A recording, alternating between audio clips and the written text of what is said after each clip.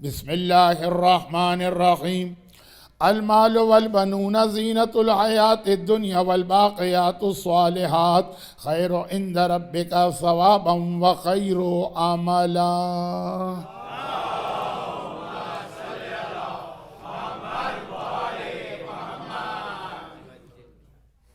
ویسے ہی میرا طریقہ کار یہ ہے کہ ہر مجلس میں یا تقریباً ہر مجلس میں الگ الگ آیت تلاوت کرتا ہوں، چاہے وہ پورا اشرا کسی ایک سبجیکٹ یا ٹاپک پہ ہو۔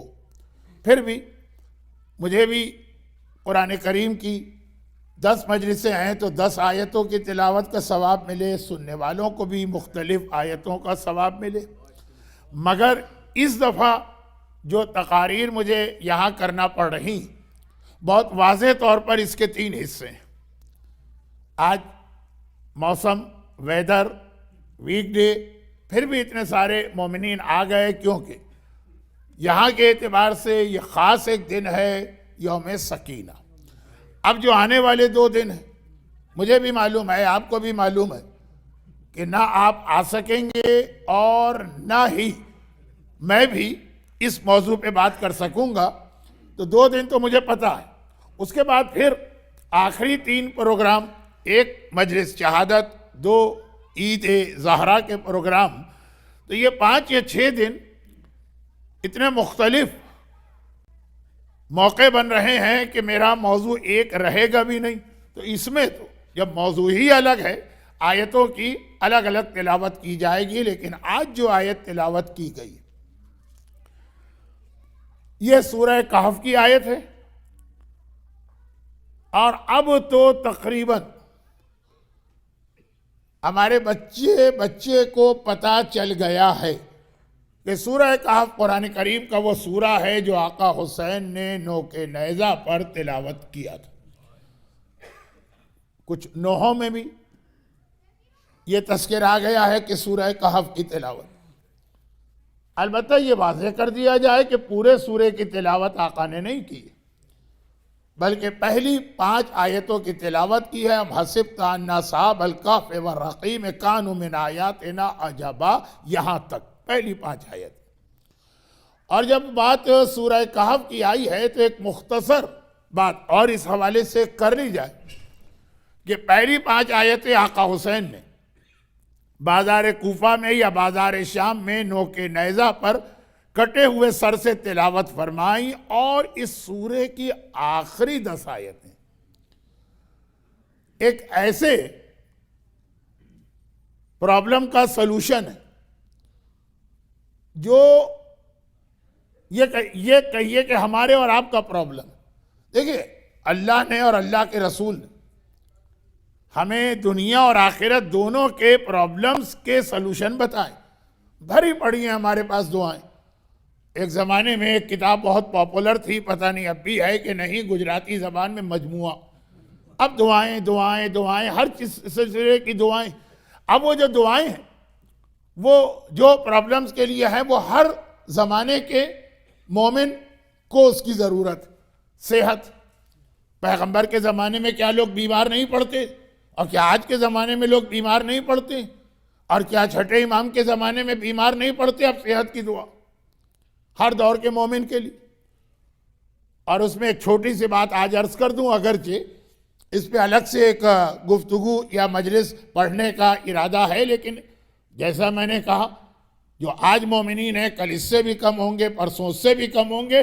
تو ایک جملہ کہ اگر کبھی بیماری اس اسٹیج پر پہنچ جائے کہ طبیب اور ڈاکٹر کہہ دیں کہ بس اب ختم، اب ہم سے کوئی بات نہیں کہنا، بس اگر ذرا دعا کا قائل ہے تو یہ کہے کہ بس دعا کر دینا کہ اللہ اس بیمار کی مشکل کو آسان کرے۔ وہاں پر قرآن کریم کا سورہ نمبر 58 سورہ مجادلہ، ایسے مریض اور ایسے بیمار کے سرانے پڑھنے کی بڑی تاکید آئی۔ اور میں نے اس سے پہلے بھی ایک بار یہ عرض کیا تھا، لیکن پتہ نہیں کہاں، شاید یہاں بھی کہا ہو، 1 ہی منٹ کا جملہ ہے، تو اگر ریپیٹ بھی ہو رہا ہے تو کیا حرج ہے کہ یہ قرآن کریم کا اونلی سورہ 114، قرآن کے 114 سورے، ان میں یہ قرآن کریم کا اونلی سورہ جس کی ہر آیت میں اللہ کا سب سے بڑا نام اللہ استعمال ہوا. یہ لفظ اللہ جو بہت سارے علماء کے نزدیک اسم اعظم بھی سورہ قل هو اللہ تک سورہ توحید کہلاتا ہے، اور 4 آیتیں خالی ہیں، اس میں بھی ہر آیت میں اللہ نہیں آیا. سورہ الحمد جہاں سے قرآن کریم کا آغاز یا بگننگ یا اسٹارٹ ہے، 7 ہی آیتیں، وہاں بھی ہر آیت میں لفظ اللہ نہیں آیا. یہ لفظ اللہ ایک معجزہ ہے، یہ لفظ اللہ، اس کی برکتیں، اس کی پاور، لیکن یہ آج کی مجلس کا موضوع نہیں ہے. سورہ مجادلہ کی ایک خصوصیت ہے جو قرآن کے کسی سورے میں نہیں، نہ الحمد کے سورے میں، نہ سورہ قل هو اللہ میں، نہ سورہ یاسین میں، نہ سورہ واقعہ میں، جو سورے آپ لوگ پڑھتے رہتے ہیں، کہ ہر آیت میں لفظ اللہ، اس میں جلالہ استعمال ہوا. خیر، تو اب جو ہمیں اور آپ کو پرابلم پیش آتے ہیں یہ نئے نہیں، یہ اس سے پہلے بھی 100 سال پہلے بھی، 500 سال پہلے بھی، 1000 سال پہلے بھی، امام کے زمانے میں بھی، رسول اللہ کے زمانے میں بھی یہ پریشانیاں پیش آتی تھی. اس کا سلوشن بتاتے جاتے. بیماری ہے تو یہ دعا پڑھو، گھر میں اگر روزگار کی کوئی مصیبت و تنگی ہے، یا ایک ایسا جملہ کہہ رہا ہوں اب کہ جو میں واضح نہیں کرنا چاہتا، ہر دفعہ اس جملے کی وجہ سے بلا وجہ ہماری اس مختصر سی کمیونٹی میں اختلاف ہوتا ہے، لیکن وہ بھی ایک پرابلم کہ اگر روزگار ہے لیکن ایسا روزگار ہے جو اچھا نہیں ہے، صحیح نہیں، اور اسے بدلنے کا ارادہ. اب بعض اوقات ایسے حالات ہوتے ہیں کہ آدمی کوئی حرام کام کرنے پہ بھی مجبور ہوتا ہے اور مرجع کی جانب سے فتویٰ بھی آ جاتا ہے، لیکن ایک کنڈیشن ہوتی کہ اب یہ فری ہینڈ نہیں ہے، کوشش کرتے رہو کہ دوسرا کوئی آلٹرنیٹ یا متبادل یا سبسٹیٹیوٹ ملے، کوشش کرتے رہو. تو اب وہ منزل وہاں پر اس کے لیے الگ دعائیں بتائی. ایک ہے روزی کے یا رزق کی دعا، اور ایک ہے کہ آلریڈی آپ کو رزق مل رہا ہے لیکن اس رزق کے اندر کوئی نہ کوئی خرابی. میں لفظ خرابی کو نہیں سمجھا رہا ہوں کیونکہ آج کا اپنا موضوع ابھی میں بہت دور دور اس سے چل رہا ہوں. وَمَنْ يَتَّقِ اللَّهَ يَجْعَلْ لَهُ مَخْرَجًا، ایک کتاب ایسی ہے مجتہد کی یا مرجع کی جو صرف آپ کے لیے لکھی گئی. یہ بمبئی والوں کے لیے نہیں ہے، یہ احمد آباد والے، کیا کون سا تاجپور، کون سا علاقہ، وہاں والوں کے لیے نہیں ہے، یہ لکھنؤ والوں کے لیے نہیں ہے، یہ کراچی والوں کے لیے نہیں ہے. پڑھ سب سکتے ہیں، کام ہر ایک کا کوئی نہ کوئی کام کا مسئلہ مل جائے گا، لیکن اول سے آخر تک پوری کتاب آپ کے لیے، آپ کی خواتین کے لیے ہے، آپ کے بچوں کے لیے، آپ کی بچیوں کے لیے ہے. الفقہ للمغتربین، a code of practice for Muslims living in the West. اب اس کتاب کے اندر ایک نوجوان نے سوال کیا کہ میں بڑی پریشانی کے عالم میں ہوں اور اس وقت جو مجھے جاب مل رہا ہے اس میں مجھے شراب سرو کرنا پڑ رہی اور اس کے علاوہ کوئی اور جاب نہیں ہے. تو فتوے میں مجتہد یوزولی یس یا نو، مگر آپ جا کے دیکھیے، میں یہ چاہتا بھی ہوں کہ پبلک جا کے ریفرنس چیک کیا کرے، پڑھنے والا صحیح پڑھ رہا ہے، غلط پڑھ رہا ہے. ہماری اگنورنس سے فائدہ اٹھا کر بہت ساری غلط سلط باتیں ممبر سے بھی آپ کو پہنچا دی جاتی. تو اس کے جواب آیت اللہ سیستانی نے یس یا نو تو بعد میں لکھا، پہلے قرآن کی یہی آیت کوٹ کی ہے، وَمَنْ يَتَّقِ اللَّهَ يَجْعَلْ لَهُ مَخْرَجًا. اللہ سے ڈرو، تقوی اختیار کرو، اللہ تمہارے لیے نکلنے کا راستہ بنا دے گا. آج بھی عربی میں ایگزٹ جو ہوتا ہے فری وے سے، آج بھی عربی میں سعودی عرب کی سڑکیں، دبئی کی سڑکیں، ہر جگہ مخرج لکھا ہوتا ہے کہ یہ اس فری وے سے نکلنے کا راستہ. وَمَنْ يَتَّقِ اللَّهَ يَجْعَلْ لَهُ مَخْرَجًا وَيَرْزُقْهُ مِنْ حَيْثُ لَا يَحْتَسِبُ، اور ایسی جگہ سے رزق دے گا تم نے سوچا بھی نہیں ہوگا کہ وہاں سے بھی رزق مل سکتا. فتویٰ دینے کے ساتھ یہ آیت بھی کوٹ کی. تو اب ایک پرابلم، اس کی بھی دعائیں. بیٹیوں کی شادی نہیں ہوتی، دعائیں. شادی ہو گئی لیکن انتہائی نامعقول قسم کا شوہر ملا ہے، ہر وقت ٹینشن اور لڑکی کی زندگی جہنم ہے، دعائیں. اولاد نہیں ہوتی ہے، دعائیں. بہت زیادہ اولاد ہونے لگی ہیں، دعائیں. اولاد ہو گئی ہے لیکن انتہائی نالائق، ناکارہ، دین حق سے ہٹی ہوئی گمراہ اولاد، دعائیں۔ اب یہ سارے مسئلوں کے لیے ہمارے پاس دعائیں، کوئی دعا کام نہیں آتی جب تک کہ آپ خود بھی اپنا ایفرٹ نہ کریں، وہ ایک الگ ٹاپک ہے، اس مجمع کو بتانے کی ضرورت نہیں ہے، علماء نے پورے عشرے یہاں پہ پڑھیں۔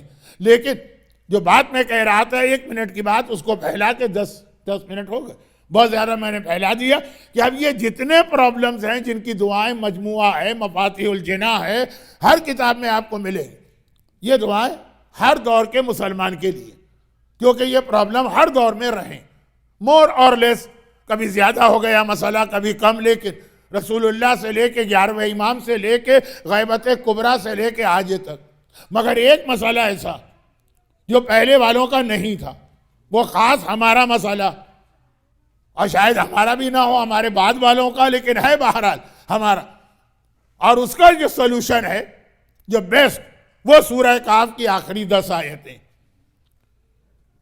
جتنے اور آپ کے ذہن میں آئیے، سوچئے پرابلم کیا پرابلم، میں ٹائم اگر ویسٹ کرنا چاہوں تو آدھا گھنٹہ صرف ایک لسٹ بتا سکتا ہوں، لیکن نہ میرے پاس ٹائم ہے نہ آپ کے پاس ٹائم ہے۔ ایک پرابلم، اس کا نام ہے دجال۔ دجال خاص آخری زمانے کے مومنوں کے لیے، شیطان ہر دور کے انسانوں کے لیے، اعوذ باللہ من الشیطان الرجیم، یہ ہر زمانے کے انسانوں کی دعا، فاستعذ باللہ من الشیطان، لیکن دجال ہر زمانے کے لیے نہیں، دجال آخری زمانے کے مومن کا مسئلہ ہے، تو ہاؤ ٹو سیو یا پروٹیکٹ آور سیلف فرام دجال، دجال سے بچنے کے لیے کون سی دعا، دعا بھی کرنا ہے، وہ کوشش، وہ ایک الگ سبجیکٹ ہے، اس پر میرے بہت سارے عشرے، لیکن دعا سورہ کہف کی آخری 10 آیتیں ہر شب جمعہ پڑھا کرو، اور اس کے اور بہت سارے بینیفٹ ہیں۔ تو یہ سورہ کہف اول اور آخر اسٹارٹ ہو رہا ہے آقا حسین کی بازار کوفہ کی تلاوت سے، اختتام ہو رہا ہے امام زمانہ پر، یعنی دجال کا مطلب امام۔ کتنی ایسی روایتیں، آج رات یوم سکینہ کی بنا پہ مجھے یہ باتیں نہیں کہنی چاہیے تھی، لیکن بہرحال یہ مجھے پتا ہے کہ آج رات کو جو مجمع مل گیا، یہ کل آنے والے کل تو نہیں ملے گا، اور پرسوں تو نہیں ملے گا، تو اس لیے یہ باتیں زبان پہ آ گئی، وہ یہ کہ دجال سے بچنے کے لیے، اور دجال کا مطلب امام زمانہ، اور اب میں آپ کو کئی روایتیں وسائل الشیعہ جیسی کتاب سے سنا سکتا ہوں۔ یہ وہ کتاب ہے کہ ہر مرجع کے سرانے ہوتی ہے، فتوے اسی کتاب کو دیکھ کے دیے جاتے ہیں، حدیث کی کتاب، جہاں پہ پیغمبر نے آخری زمانے کی کچھ ایسی نشانیاں بتائیں جو دل میں خوف پیدا کرتی ہیں، ایک فیئر دل میں آتا ہے، آدمی کا جسم کانپنے لگتا ہے، یہ خرابی ہوگی، مثلا وقت نہیں ہے اور پھر بھی میں بہکا جا رہا ہوں، مثلا بہت زیادہ قتل و غارت گری ہوگی، شیعوں کا خون بہے گا، میں بہت شارٹ کر رہا ہوں، کئی ایسے نشان، کئی اور سائنز آف ظہور۔ اور جب راوی نے کہا کہ یا رسول اللہ وہ کتنا خراب زمانہ ہوگا، جو بعض روایتوں میں لفظ آیا ہوا شر الازمنہ، تو اس میں سے ایک روایت تو خود مولا علی نے نقل کی ہے، یعنی راوی مولا علی، یہ جملہ ان کا کہ یا رسول اللہ اتنا خراب اور برا زمانہ ہوگا، پیغمبر نے کہا لیکن نہیں، وہی بہت اچھا زمانہ ہوگا، ابھی تو ساری خرابیاں بتائیں، کہا وہی اچھا زمانہ ہوگا، کیونکہ یہ ساری خرابیاں ہوں گی تو اللہ اپنی آخری حجت کو اور میرے بیٹے کو ظاہر کرے گا، یہ خرابیاں سبب بنیں گی۔ اب آپ انگریزی والے ہیں، مجھے تو انگریزی آتی ہی نہیں، جب کبھی میں نے کچھ جملے بولنے کی کوشش کی، بعد میں پتہ چلا غلط ہی بول کے چلا گیا ہوں۔ بلیسنگ ان ڈسگائز ایسا کوئی انگریزی کا محاورہ ہے نا، کہ وہی ساری خرابیاں، کہ سننے والا راوی پریشان ہے، ڈر رہا ہے، خوف ہے اس کے دل میں، اور پیغمبر کہہ رہے لیکن اس لیے بہت اچھا ہے کہ پھر اسی میں تو میرا بیٹا آئے گا۔ دجال جہاں ہم کو ڈرا دیتا ہے، وہاں یہ ایک پیغام بھی دیتا ہے، ہوپ، امید، کہ اب امام آنے والے ہیں۔ مگر یہ تو سورہ کہف کا تھوڑا سا میں نے تذکرہ اس لیے کیا کہ اس سورے کے درمیان پہلی آیت، آخری آیت، اب اس کے بیچ میں بہت سارے اہم میسیجز قرآن نے دیے، بہت سارے، مرجعیت کے حوالے سے ہمارے ہاں جو ایک اینٹائی مرجعیت موومنٹ چل رہا، اس کا بھی جواب اس کے اندر ہے۔ تو بہت ساری باتیں ہیں۔ ماہ رمضان میں 30 دن سورہ کہف کی تفسیر کرتا ہوں۔ سوری، آج کل تو لوگ رمضان 30 دن کا ہونے ہی نہیں دیتے۔ آفٹر 29 ڈیز کہیں نہ کہیں سے چاند کھینچ کے نکال لاتے ہیں، تو بلکہ 28 میں ہی چاند آ جاتا ہے، لیکن خیر پورا مہینہ۔ یہ حضرت عائشہ کا جملہ تھا کہ یا رسول اللہ، آپ نے قسم تو 1 مہینے کی کھائی تھی، یہ 29 ڈیز کے بعد آپ نے اپنی قسم توڑ دی۔ پیغمبر نے کہا مہینہ کبھی 29 کا بھی ہوتا ہے، بڑا دلچسپ واقعہ ہے، لیکن آج نہیں۔ تو آج تو بات یہ کہ بہت سارے اہم میسیج ہیں، ان میں سے ایک میسیج یہ، اور اب وہ اس کا ترجمہ، المال والبنون زینت الحیات الدنیا۔ دیکھو تمہارا مال جو ہے یہ دنیا کی زندگی کی زینت ہے۔ یہ مال ہوتا ہے نا تو آپ کے مکان اچھے ہوتے ہیں، یہ مال ہوتا ہے نا تو آپ بہت ساری ڈیری کوئن خرید لیتے ہیں، یہ مال ہوتا ہے نا تو پھر آدمی جو ہے اچھی سے اچھی گاڑیاں لیتا۔ اب یہ BMW سے لے کے، مرسیڈیز سے لے کے، فراری سے لے کے، لگمبانی کون سی وہی گاڑی ہے۔ خیر اب یہ سلسلہ چلتا ہے، مال ہے نا۔ تاجپور میں تو یہ گاڑیاں نہیں ہوتی ہوں گی، وہاں تو شاید تانگے چلتے ہوں یا رکشے چلتے ہوں یا اسکوٹر چلتا ہو یا جو بھی اس کو کہیں گے۔ کہا یہ دنیا کی زندگی کی زینت۔ لیکن پھر قرآن ایک اور بات کہہ رہا ہے، والبنون، اور تمہارے بیٹے، اولاد نہیں، بیٹے دنیا کی زندگی کی زینت۔ خاص طور پر آج بھی انڈیا اور پاکستان، آپ کی بیٹیاں کچھ بھی پڑھ جائیں وہ زینت نہیں ہوتی، لیکن بیٹا یہ ڈاکٹر ہے، وہ چارٹرڈ اکاؤنٹنٹ ہے، اور وہ مثلا اتنا IT کا ماہر ہے، ایک باپ خوشی محسوس کرتا ہے، فخر ہوتا ہے، سینہ تان کے نکلتا ہے۔ اب یہ قرآن کا میسج سنی، مال اور بیٹے یہ تمہاری دنیا کی زندگی کی زینت، مگر آخرت۔ اب جو قرآن کہہ رہا ہے hidden under the line messages سمجھتے جائیے۔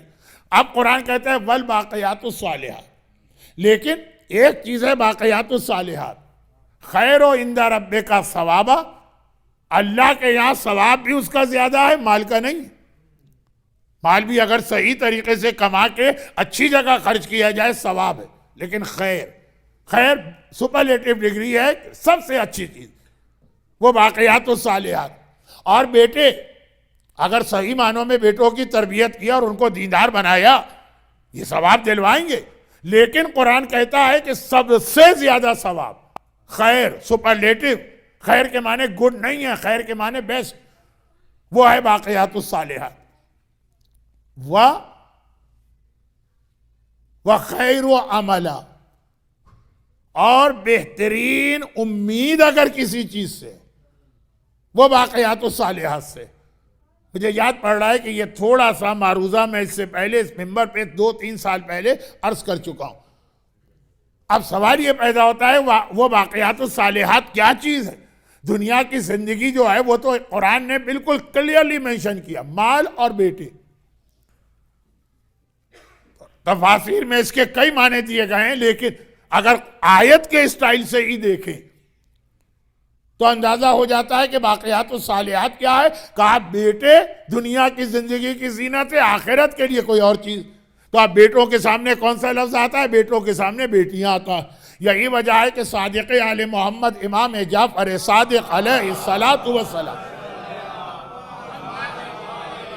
اس آیت کی تفسیر میں فرما رہے ہیں کہ اس سے مراد تمہاری بیٹیاں۔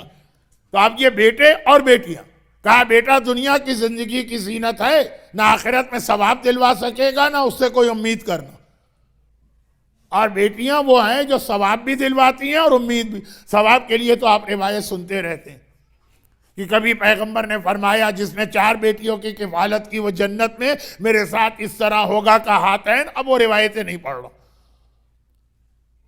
اور کبھی یہ جملہ آیا کہ بیٹے تمہارے پاس اللہ کی نعمت ہیں اور بیٹیاں اللہ کی رحمت ہیں، اور فرق یہ ہے کہ وَلَتُسْأَلُنَّ يَوْمَئِذٍ عَنِ النَّعِيمِ، نعمتوں کے بارے میں قیامت میں سوال ہوگا، رحمت کے بارے میں کبھی سوال نہیں ہوتا۔ بیٹوں کے بارے میں سوال کا جواب دیتے دیتے پتہ نہیں کتنا ٹائم گزر جائے قیامت میں، اور بیٹیوں کے بارے میں کوئی کسی قسم کا سوال نہیں، وہ رحمت بن کے آتی۔ کبھی امام نے یہ ارشاد فرمایا ہے کہ دیکھو جب کوئی آدمی کسی سے ملنے جاتا ہے تو جو گھر والا ہوتا ہے وہ تحفہ دیتا ہے آنے والے مہمان کو، آنے والے مہمان کو تحفہ دیا جاتا۔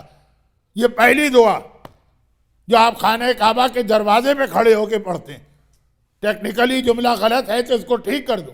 جو آپ مسجد الحرام میں داخل ہونے، اب کربلا تو ہر آدمی آج کل جا رہا، ایک بار کیا 10 دفعہ 15 دفعہ آپ ہو کے آئیں تو آپ کو معلوم ہو گیا کہ معصوم کے حرم میں اس طرح منہ اٹھا کے نہیں جاتے، پہلے مین گیٹ سے باہر کھڑے ہو کر اذن دخول انٹری کی پرمیشن لیتے ہیں، جب پرمیشن ملتی ہے تو آپ انٹر ہوتے ہیں۔ یہ اجازت جو لی جاتی ہے یہ ہر معصوم کے روضے پر ہے۔ مسجد النبوی سے سلسلہ شروع ہوتا ہے اور سامرہ مقدس کے اندر جو معصومین ہیں وہاں تک ہر روضے پر، لیکن مسجد الحرام یعنی خانہ کعبہ میں جب آپ انٹر ہو رہے ہیں تو وہاں کے اوپر جو اجازت ہے وہاں کوئی اجازت کا کنسیپٹ نہیں، وہاں پہ آپ یہ جملہ کہتے ہیں، یہ وہاں کا اذن دخول ہے۔ اگر میں اتنی گاڑی اردو کیا، یہ تو عربی میں پڑھ رہا ہوں، اگر وہ میں سمجھا سکا، اور وہ کیا ہے اذن دخول، کیا ہے خدا میں تیرا مہمان بن کے آ رہا ہوں، بغیر بلائے ہم نہیں جاتے، اللہ نے پہلے بلایا ابراہیم کے ذریعے تب ہم جا رہے ہیں، تو تیرا مہمان بن کے آ رہا ہوں۔ اور جب کوئی مہمان آتا ہے تو گھر والے کی ذمہ داری ہے، یہ وہ دعا کا ترجمہ میں پڑھ رہا ہوں جو آپ نے عمرے کے درمیان مکے میں پڑھی ہوگی، حج کے درمیان مکے میں پڑھی ہوگی کہ اے خدا، ایک طرح سے آپ اپنا حق جتا رہے ہیں، میں تیرا مہمان ہوں، تیرے کہنے پر آیا ہوں، اور ہر مہمان گھر والے کی ذمہ داری ہے کہ اس کا حق ادا کرے، تو میں سب سے پہلے تجھ سے مثلا یہ اور یہ اور یہ مانگتا ہوں، وہ جملے۔ اب وہاں پہ جو سب سے پہلے چیز مانگی جا رہی ہے وہ رحمت ہی ہے، لیکن بات جو کہہ رہا تھا کہ معصوم فرما رہے ہیں کہ جب اللہ سے آپ نے یہ کہا، اللہ کے گھر مہمان بن کے گئے تو آپ نے کہا گھر والا، میزبان، ہوسٹ گفٹ دیتا ہے آنے والے مہمان کو،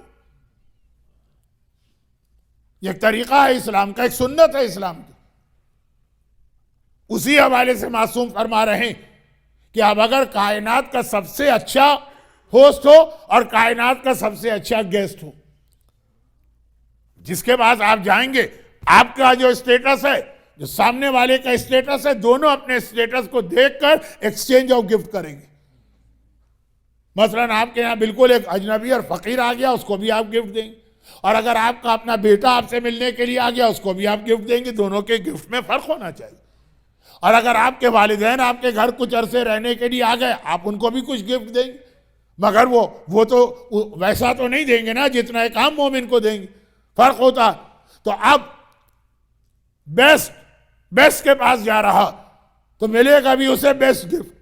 اللہ کی بارگاہ میں رسول مہمان بن کے جا رہے ہیں، جس کو ہم معراج کہتے ہیں۔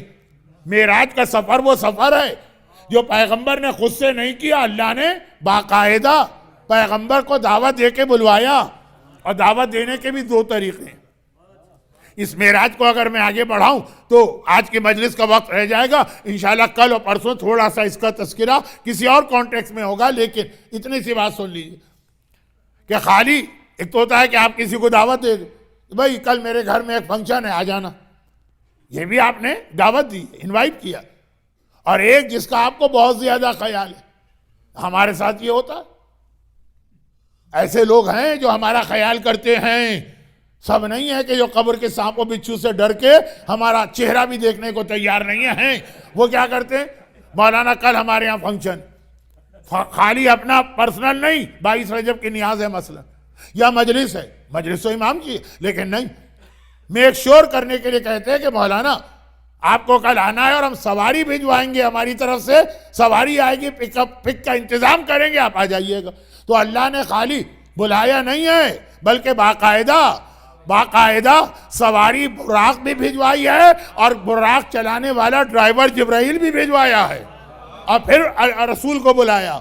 تو اب پیغمبر کا اسٹیٹس واضح ہو رہا ہے کہ خالی دعوت نہیں دی، انویٹیشن نہیں ہے، ساتھ میں سواری بھی بھجوائی گئی ہے۔ یہ تو کوئی وی آئی پی مہمان ہوتا، اس کے لیے انتظام کیا جاتا ہے۔ تو اب کائنات کا بیسٹ ہوسٹ تو اللہ، تو کہنے کی ضرورت نہیں، اور کائنات کا بیسٹ گیسٹ رسول اللہ، سب سے افضل ہیں کائنات میں.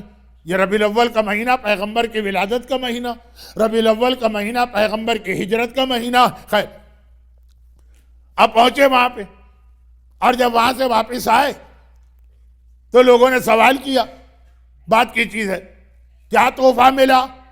بدن فاطمہ کو، فاطمہ کے بدن کو سونگتے جاتے ہیں، کہتے جاتے ہیں ہاذہ ہبتو یا نخلتو یا ہدیۃ المعراج، معراج کی رات پروردگار عالم نے مجھے یہ تحفہ عطا کیا.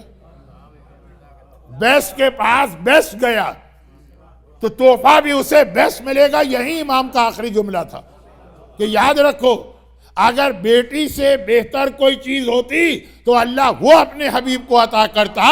کائنات کی سب سے بہترین چیز کا نام ہے بیٹی.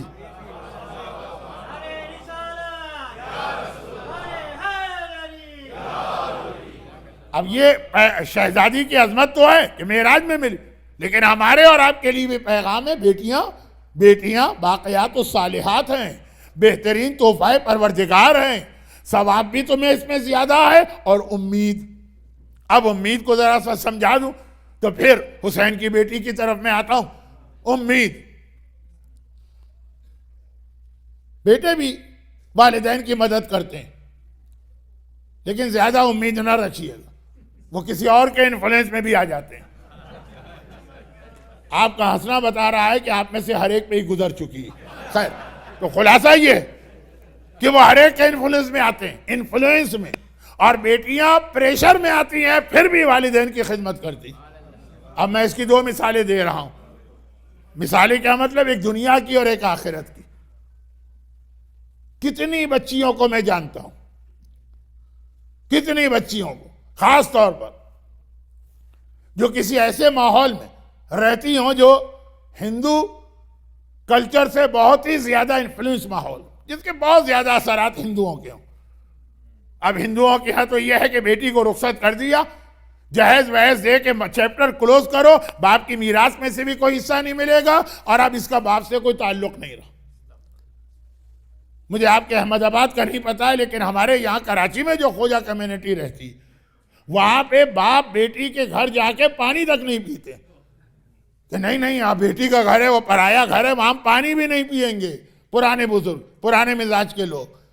پرانے سے مطلب یہ ہے کہ ان کی وہی ایج ہے جو آپ کی ایج ہے، آپ بھی پرانے لوگ ہیں. خیر، تو خلاصہ یہ ہے کہ یہ اسلام تو نہیں ہے، یہ ہندو مذہب یا ہندو کلچر. جب میں بیٹی کو رخصت کر دیا، جہیز کا مطلب ہی یہ ہے کہ بعد میں کچھ نہیں دینا میراث میں، گھر میں جا کے پانی بھی نہیں پینا. تو اب جو جہاں پہ ہم مومن ہیں، اہل بیت کے شریعت کو ماننے والے، دین اسلام پہ عمل کرنے والے، لیکن وہ جہاں پہ وہ پرانے خیال ہوتے ہیں، وہاں اب تک یہ مسئلہ کہ لڑکی گئی شادی ہو کے شوہر کے گھر میں، اب سسرال کا پریشر ہوتا ہے کہ زیادہ میکے کی کیئر نہ کرنا، اب تمہارا ان سے کوئی تعلق نہیں ہے. وہ فلموں میں بھی بالکل ڈائلاگ آ جاتے ہیں کہ باپ بھی کہتا ہے بیٹی جا رہی ہے تو جہاں تمہاری ڈولی گئی ہے وہیں سے تمہارا ڈولا نکلے مثلا، اب ہمارا تعلق نہیں، اب یہ ہے تمہارے ماں باپ. اور بعض ساس تو بڑی خونخوار ہوتی ہیں، واقعاً بڑی خونخوار ہوتی ہیں. سانس یہ لفظ جو ہے میں نے استعمال کیا، مجھے نہیں پتا کہ خونخوار کو آپ کی بھاشا میں کیا کہتے ہیں، لیکن یہ جو کہا جاتا ہے کہ مدر ان لا، اس کے الفاظ کو اگر آپ ترتیب دیں تو ویمن ہٹلر بنے گا نا. یہی تو الفاظ کو اگر آپ ری ارینج کریں تو واقعاً وہ ہٹلر ہی لگتی ہیں. اب وہاں پہ پریشر ہے، لیکن میں جانتا ہوں میرے پاس کیس آتے ہیں. آپ کی کمیونٹی جہاں تک میری معلومات ہے ابھی تک اس سے محفوظ ہے، لیکن صرف آپ کی نارتھ امریکہ میں کتنی جگہ پرابلم، لڑکیوں پہ ظلم ہو رہا ہے ان کے شوہر کی طرف سے، لڑکیوں پہ ظلم ہو رہا ہے ان کے ساس کی طرف سے کہ خبردار، اور میکے ویکے کا خیال نہ کرنا. وہ سارا ظلم و پریشر برداشت کر کے جہاں موقع ملتا ہے ماں کی خدمت، باپ کی خدمت، میکے کا خیال کرتی ہیں. اب میں تفصیل میں نہیں جا رہا کیونکہ ایک آدھ جملہ پہلے آ چکا. اور وہ بیٹا جس کی پہلی ذمہ داری ہے بوڑھے ماں باپ کا خیال کرنا، وہ کسی اور کے انفلوئنس میں آ کے بھول گیا. وہ لڑکی جس کی ایک طرح سے اتنی ذمہ داری نہیں ہے، پریشر میں آنے کے بعد بھی، کئی جگہ تو ٹارچر برداشت کرنے کے بعد بھی باپ اور ماں سے کچھ اتنا اٹیچمنٹ اور محبت ہے کہ وہ خدمت میں خدمت کی جا رہی ہے. دنیا کی بات ہے. اور آخرت کی بات آپ حضرات کے علم میں یہ ہے کہ میں مجلس ثواب کے لیے پڑھتا ہوں، لیکن زیادہ میرا جو شوق ہے وہ ہے کوسچن اینڈ آنسر سیشن، اس میں زیادہ انوالو ہو جاتا ہوں۔ تو اگر آپ کبھی کسی بھی امام بارگاہ کی وہ یوٹیوب پر ویڈیو دیکھیں جہاں مجلس بھی ہو اور وہیں پہ کوسچن آنسر بھی ہو، بالکل آپ کو فرق لگے گا۔ دو مختلف انداز سے بات کی جا رہی ہے، تو کوسچن آنسر سیشن میں یہ سوال بہت آتا۔ لڑکیاں پوچھتی کہ ہمارے باپ کا انتقال ہو گیا تو باپ کی قضا نماز تو بڑے بیٹے پر واجب ہے، نہیں پڑھ رہا ہمارا بھائی، وہ اپنی نماز پڑھ لے تو بڑی بات ہے، وہ باپ کی نماز نہیں پڑھتا، ہم پڑھ سکتے ہیں جس پر واجب نہیں ہے۔ بھائی ہم تو بہت خوش ہوتے ہیں نا جس دن ہمیں پتا چلے فلاں چیز ہم پہ واجب نہیں رہی، خوش ہوتا ہے آدمی۔ ارے واجب کو تو چھوڑیں، واجب اگر چھوٹا ہو جائے، مثلا 4 رکعت نماز ہے کا ٹریولنگ میں جاؤ گے 2 رکعت رہ جائے گی، خوشی ہو جاتی ہے، نماز آدھی ہو گئی ہے، کنسیشن مل گیا، کم نماز پڑھنا پڑے گی۔ اور جہاں معافی ہوتی چلی جاتی ہے کسی واجب کی، اور وہاں پر ان پر واجب نہیں ہے، وہ تڑپی جا رہی ہیں کہ ہمیں باپ کی نماز پڑھنا۔ اور اگر باپ کا نہ صحیح تو سوال کرتے ہیں کہ باپ کی نماز تو میرا بھائی اگر پڑھ لے تو ماں کی نمازیں کون پڑھے گا، میں پڑھنا چاہتی ہوں۔ جس پر واجب ہے وہ توجہ نہیں دے رہا، جس پر واجب نہیں ہے وہ خوشی کے ساتھ آ کے پوچھ رہی ہے کہ کیا میں پڑھ سکتی ہوں؟ جواب تو دے دیا جاتا ہے کہ جی، کسی بھی مرنے والے کی قضا نماز اور روزہ دنیا کا کوئی بھی مومن کر سکتا ہے، کوئی ریلیشن ہو کہ ریلیشن نہ ہو، کوئی اس شریعت کی طرف سے ہدایت آئی ہو کہ نہ آئی ہو، حتیٰ یہ کہ وہ مرد ہے تو آپ عورت، اجازت ہے، وہ عورت ہے اور آپ مرد تو آپ کو اجازت ہے، وارثوں سے پوچھنے کی ضرورت بھی نہیں، مگر واجب صرف بڑے بیٹے پر۔ کیا مطلب؟ پڑھ ہر ایک سکتا، قیامت میں خدا سوال صرف بڑے بیٹے سے کرے گا، بیٹی سے نہیں کرے گا۔ تو اب یہ بیٹیاں کیوں تڑپی جا رہی؟ صرف اس لیے کہ باپ کے مرنے کے بعد قبر و قیامت میں کوئی عذاب نہ ہو رہا ہو۔ گھبرا رہی ہے یہ بچی، واجب نہیں ہے لیکن اگر میں پڑھ لوں تو ان کو فائدہ پہنچے گا۔ یہ ہے قرآن کہہ رہا امید کرو تو انہی بچیوں سے کرنا۔ دنیا میں بھی وہ سارے ٹارچر اور پریشر سسرال کا برداشت کر کے تمہاری خدمت کریں گی، اور آخرت کے لیے بھی جو اللہ نے بھی ان پہ واجب نہیں کیا وہ تڑپی جائیں گی، مجھ پر واجب ہو کہ نہ ہو، میرے باپ پہ کوئی عذاب نہ آ جائے، میری ماں پہ کوئی عذاب نہ آ جائے، یہ امید۔ اور یہی وجہ کہ جس کے پاس ذرا بھی دین کی سمجھ، وہ بیٹوں کے لیے نہیں تڑپتا ہے، وہ بیٹیوں کے لیے تڑپتا ہے۔ ہمارے پاس جب لوگ اولاد کے لیے دعا کرانے آتے ہیں یا دعا مانگنے آتے ہیں یا دعا پوچھنے آتے ہیں، 99% کہتے ہیں کہ مولانا کوئی دعا بتائیے بیٹا ہو جائے۔ امید بیٹی سے، کام بیٹی آئی، مدد بیٹی کرے۔ تو آپ جن کو سمجھ ہے، سینس ہے، احساس ہے، اویئرنیس ہے، وہ تڑپتے ہیں، چاہے وہ رسول ہو چاہے وہ امام ہو۔ حضرت نوح یا حضرت ابراہیم کا واقعہ مشہور، خدا بندہ ایک بیٹی دے دے۔ اب انہوں نے تو جس کانٹیکس میں کہا وہ آپ کے سمجھ میں نہیں آئے گا، لیکن یہ تمنا بیٹی دے دے۔ کیا کرو گے بیٹی لے کر؟ کہا جنازے کی رونق ہوتی ہے۔ پیغمبر کا اتنا ماتم آج تک کسی نے نہیں کیا جتنا ماتم بیٹی نے کیا۔ لیکن ابھی میں منزل مصائب سے ذرا دور ہوں، ابھی تو بات شروع ہوئی۔ تو نبی ہو، رسول ہو، امام ہو، ہر ایک کو بیٹی چاہیے ہے جن کے پاس دین کی اویئرنیس ہے۔ یہ ہمارے کام آنے والی، اس سے ہمیں ثواب بھی ملے گا، اس سے ہمیں برکتیں بھی ملیں گی، اس سے ہمیں قبر کے اندر آسانی بھی ملے گی۔ بیٹیاں ہر ایک کو چاہیے۔ اور پھر اللہ کے رسول کو تو تحفہ معراج میں بیٹی مل گئی۔ مولا نے دعائیں کر کر کے زینب کو مانگا، حسین نے دعائیں کر کر کے سکینہ کو لیا۔ اب آئیے ذرا بہت تھوڑا سا ایک ہسٹری کا بیان بھی سن لیجئے۔ میں ہسٹری کے بیان کا اتنا زیادہ قائل نہیں ہوں۔ ریزن یہ ہے کہ ہسٹری اور اسپیشلی اہل بیت کے لیڈیز کی ہسٹری، اس کو سمجھنا بہت مشکل ہے۔ روایتیں اتنی مختلف ہیں۔ اہل بیت اطہار اپنے گھر کی خواتین کے بارے میں زیادہ کوئی ہسٹری کی باتیں نہیں بتاتے۔ اب عام راوی وہ بھی کوئی اہل بیت کے گھر میں تو نہیں جاتے ہیں، وہ سنی سنائی باتیں ہوتی ہے تو روایتیں اتنی زیادہ مختلف ہو جاتی ہیں کہ نمبر 1 آج 1400 سال بعد اس میں ڈیسیجن لینا بہت مشکل ہے کہ صحیح کون ہے غلط کون. اور نمبر 2 جب روایتیں بہت مختلف ہو جاتی ہیں تو آپ کو کوئی روایت سنائی جائے، آپ نے آج تک دوسری روایت سنی، تو ذرا سا لوگ ہسٹری کا مسئلہ ہے دین کے بارے میں شک میں پڑ جاتے ہیں. اب میں مزید بتاؤں گا 1-2 دن کے بعد جب مجمع بہت کم رہ جائے گا. ابھی تو کیونکہ جو اصل جس کام کے لیے مجمع آیا، روایتیں یہ ہیں کہ حضرت ابراہیم اپنی اولاد کو لے کے مکے میں پہنچے، اور جس دن مکے میں انٹر ہو رہے ہیں، یہ آج کا مکہ نہیں سمجھیے، عالیشان عمارتیں، بہترین ہوٹل، 7 اسٹار رہنے کی جگہیں، ایک کونے پہ KFC ہے، دوسرے کونے پہ البیگ ہے، تیسرے کونے پہ پیزا ہٹ ہے، یہ والا مکہ نہیں سمجھیے. مکہ نام کی کوئی چیز ہی اس وقت دنیا میں نہیں تھی. کوئی کنسٹرکشن نہیں، کنسٹرکشن تو چھوڑیں، کوئی درخت نہیں، کوئی جھاڑ نہیں، کوئی پودا نہیں، کوئی گھاس نہیں. ارے کوئی دن کے وقت شیڈ کے نیچے بیٹھنا چاہو تو کہیں شیڈ نہیں ہے، کھلا میدان اور ڈیزرٹ. اور یہ میں نہیں کہہ رہا، ابراہیم خود کہہ رہے. جب آ رہے ہیں مکے میں تو کہتے آ رہے ہیں رب انی اسکنت من ذریتی بواد غیر ذی زرع، اے خدا میں اپنی اولاد کو لے کر ایسی جگہ آیا ہوں جہاں گھاس کی ایک پتی بھی نہیں ہے، اور اکلوتا بیٹا ہے. ایسا نہیں کہ 10-12-15 بیٹے ہیں، چلو ایک بیٹا مر بھی گیا تو کیا رہے، ایک بیٹا، خالی اکلوتا بیٹا. اس وقت تک تو دوسرے بیٹے اسحاق پیدا نہیں ہوئے تھے، اسماعیل، اور یہاں چھوڑ کے جا رہے ہیں. اب بہت اہم اس میں میسیج ہے، لیکن وہ چونکہ آج کا موضوع نہیں ہے، وہ کل یا پرسوں میں بتاؤں گا. اس لیے بتاؤں گا کہ اتفاق سے نارتھ امریکہ میں 4 جگہ میں نے یہ پڑھا تو چاروں جگہ لوگوں نے بہت پسند کی.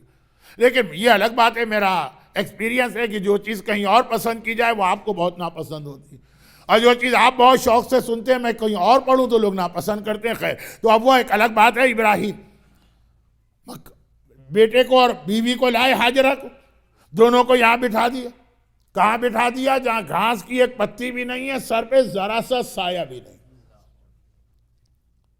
مگر حکم خدا ہے ان کو یہاں چھوڑ کے چلے گئے.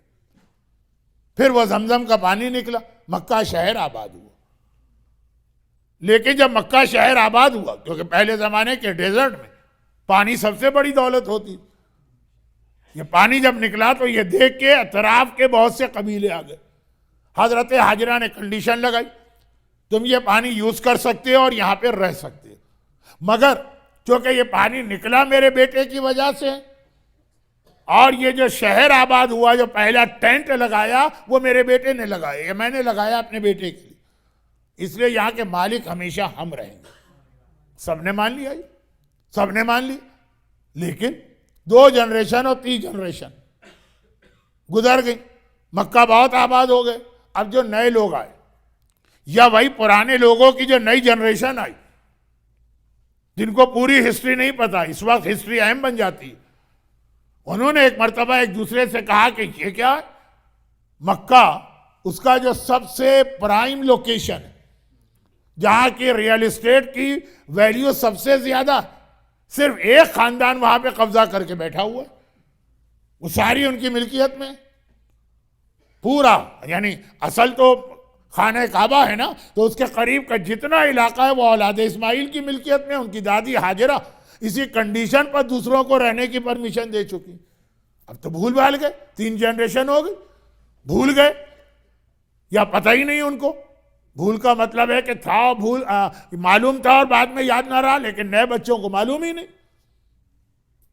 چنانچہ اب آبجیکشن ہونے لگے، سب کو برابر کا شیئر ملنا چاہیے، زمزم سب کے لیے برابر ہونا چاہیے، پراپرٹی سب میں برابر تقسیم ہونا چاہیے. اولاد اسماعیل سے کہا، انہوں نے منع کر دی. ہماری دادی نے اور ہمارے دادا نے، یعنی حاجرہ اور اسماعیل نے یہ شرط، یہ کنڈیشن لگا کر تھی تو تمہارے بزرگوں کو یہاں اجازت دی. اب جب آدمی کے پاس آرگومنٹ نہ ہو تو وہ لڑنے پہ آ جاتا ہے. طاقت ہوتی ہے، چیخنا آتا ہے، ہاتھ چلانا آتا ہے، مائٹ از رائٹ، جس کی لاٹھی اس کی بھینس. اب جب ان کے پاس کوئی دلیل نہیں تھی لیکن میجورٹی تو ان کی تھی. قبیلے آتے گئے. پرانے لوگ یعنی اسماعیل اور ہاجرہ ریڈ انڈین بن کے رہ گئے. اب یہ جو اتنے سارے آئے, انہوں نے ایک مرتبہ اٹیک کر کے اسماعیل کی 3rd یا 4th جنریشن کو مکے سے نکال دی. اور جب ظلم ہوتا ہے کسی قوم کے اوپر تو وہ آرگنائز طریقے سے نہیں بھاگتے ہیں, جس کو جہاں جگہ ملی وہ وہاں چلا گیا. پھیل گئی یہ لوگ پورے عرب میں. پھر ایک شخصیت پیدا ہوئی اسی خاندان کی جن کا لقب ہے قریش. قریش نام نہیں ہے, قریش ان کا ٹائٹل ہے. اب یہ کون شخصیت تھی اس تفصیل میں نہیں جا رہا ہوں, جناب سکینہ کا بیان باقی. قریش قرشہ سے نکلا ہے, جس کے معنی ہیں کچھ اسکیٹرڈ چیزیں جو ہے نا اس کو جمع کیا جائے. جو چیزوں کو جمع کرتا ہے, بکھری ہوئی چیزوں کو, اس کو کہتے ہیں قریش. اس نے جمع کیا ان چیزوں کو. اب جیسے مرد حضرات یا خواتین کبھی عزا خانے میں اگر کھانے وغیرہ کی اجازت دی جائے, کس طرح سے کچرا جو ہے وہ اسکیٹرڈ ہوگا. کہیں 2 گلاس پڑے ہوئے, کہیں 4 کپ پڑے ہوئے, کہیں پہ یوز 3-4 پلیٹیں پڑی ہے, کہیں پہ ایک چمچہ پڑا ہے, کہیں پہ کانٹا پڑا ہے, کہیں پہ نیپکن پڑے ہوئے. کوئی کھڑا ہوگا ثواب کے لیے, جمع کرے گا. بہرحال قریش کو پھر قریش اس لیے کہتے ہیں کہ بڑی سینسیبل پرسنالٹی تھی. انہوں نے اپنے پورے خاندان کو ٹریس کیا, کہاں چلے گئے, اور ان سب کو لے کے آئے, جمع کیا, ایک طاقت بنائی, مکے پہ قبضہ کر دیا. یہ ہمارا حق ہے, ہم کو مل گیا. مکے والوں کی پرانی عادت ہے. اس کا مطلب ہے کہ جنریشن سے چلا آ رہا کہ جس کا حق ہوتا ہے, جب طاقت آتی ہے تو جو اصل مالک و وارث ہے اسی کو نکال باہر کرتے ہیں. بہت سارے اس سے میرے ذہن میں جملے آ رہے ہیں اسپائسی قسم کے, لیکن آج ٹائم نہیں ہے, پھر کسی موقع پر.